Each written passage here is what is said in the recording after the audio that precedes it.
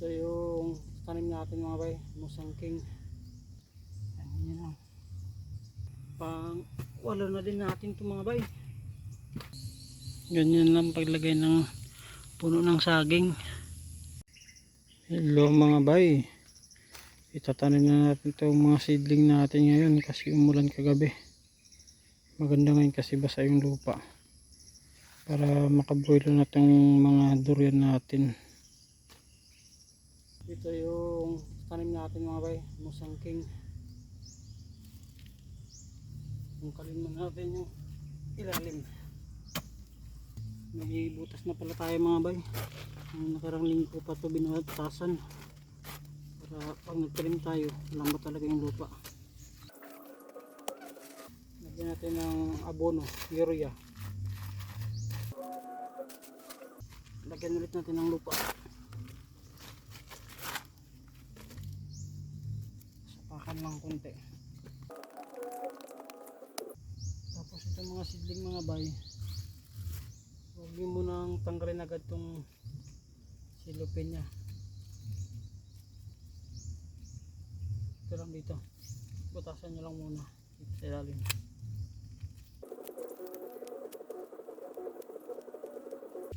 Tignan lang muna mga bay, tapos ilagay nyo ganyan, tapos lagyan ng lupa paikot.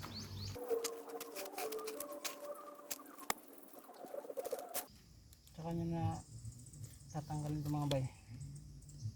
Yan, para yung lupa na hindi magalaw. Yan, para ibunot mga bay. Ganyan lang. Yung lupa niya doon hindi nagalaw mga bay. Kasi may tendency kasing pwede siyang mamatay pag nagalaw masyado. Yan lang. Tapos nilagyan natin yung lupa.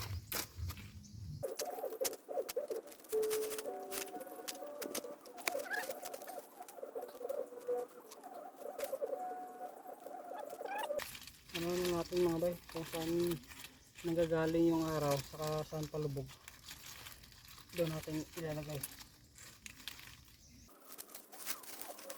para hindi siyang direktang maaarawan kasi bagong tanim pa lang, para hindi malanta. Nakapagtanim na din tayo sa mga bay, saka hahanapan pa natin ng puno ng saging. Lagyan natin mga bay dyan, dalawa, para hindi matuyo agad yung lupa. Ito diyan uwan na naman mga bay, tanim natin.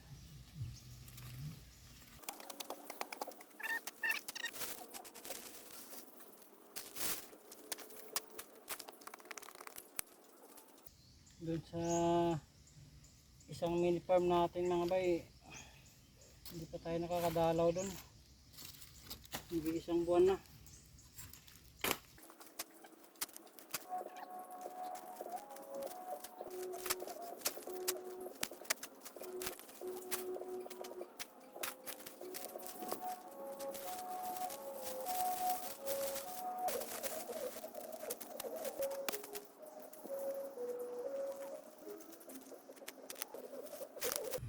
Pang wala na din natin ito mga bay,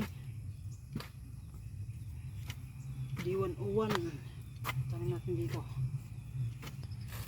Limang musang king yung natanim natin mga bay, tapos dalawang D101 sa isang puyat. May ano pa tayo, apat pa ng butas. Ito isa rin to sa masarap mga bay na variety, D101. Naghahabulan din sila ng ano, musang king sa kapuyat.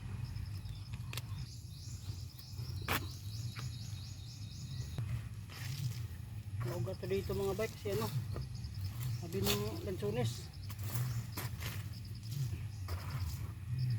Pero wala na, pinutol ko na yung lansones. Nagugulok lang din yan yung mga ugat niya kasi magalas. Bubutasan pa ako mga bay kasi may mga space pa na iba. Pwede pagtaniman. Sayang. Marami pa tayong seedling. Last na din ito mga bay. Pang 12.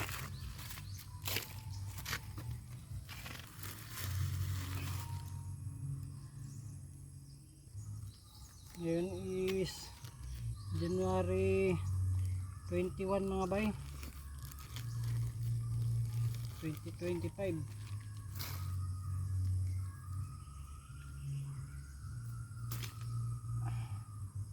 Tingnan natin to after 5 years, 2030 mga bay. Yan yung mga ano natin na bunga na to siya. Ganon din dun sa kabila. Tinanim natin dun kasi December natin tinanim yun, 2024. Estimated natin after 5 years pag malagaan natin ito mga bay ng maayos, bumunga na to. Tapos na din natin itanim mga bay. Yun dun may mga ano na yan lahat, dahon ng niyog. Kuha na lang tayo ng ano, puno ng saging para lagyan natin yan mga bay. Ganyan lang paglagay ng puno ng saging.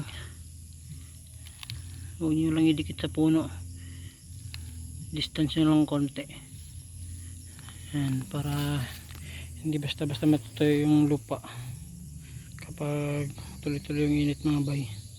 Tapos magiging fertilizer na din yan kapag nabulok yan.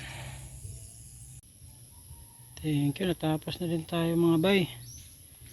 Nalagyan na natin lahat ng puno ng saging. Yan.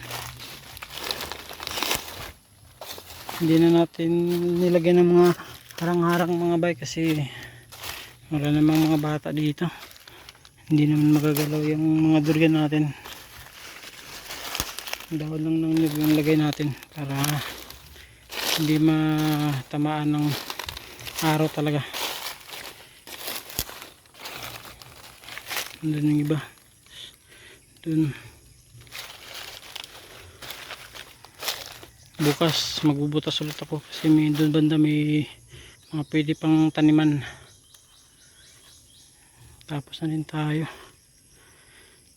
Update na lang ulit tayo mga bay pag nakaisang buwan na itong mga pananim natin na bagong durian.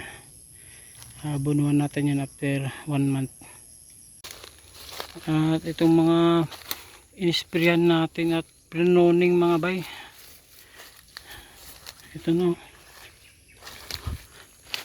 pakapal na yung mga dahon. Malapit na naman tayo mag-spray nito sa February na naman. Yan, pakapal na din sa taas. Maintenance spray na tayo para maalagaan na natin itong mga dahon nya. And dyan natin lang mga bay. Hanggang dito na lang itong ating video at maraming salamat sa panonood. Ingat po tayo palagi.